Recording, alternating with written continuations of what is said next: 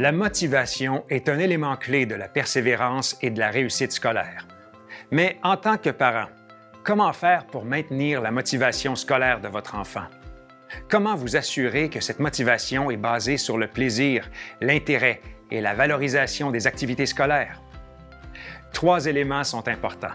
Votre enfant doit se sentir autonome, compétent et avoir des relations de qualité.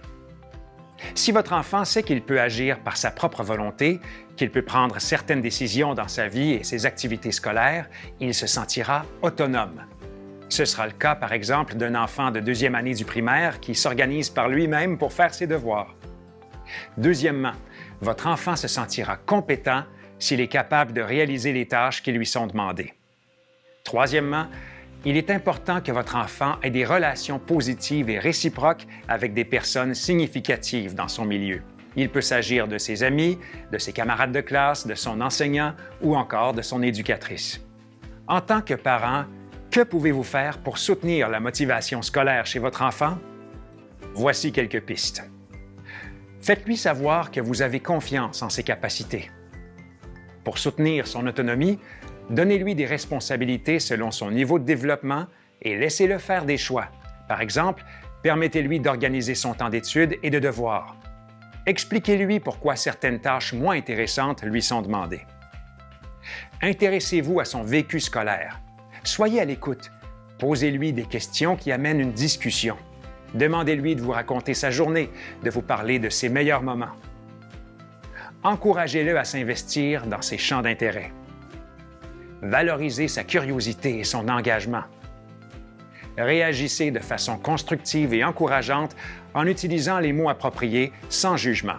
Par exemple, faites-lui remarquer que sa note en français vous a surpris plutôt que de lui dire qu'il est moins bon qu'avant.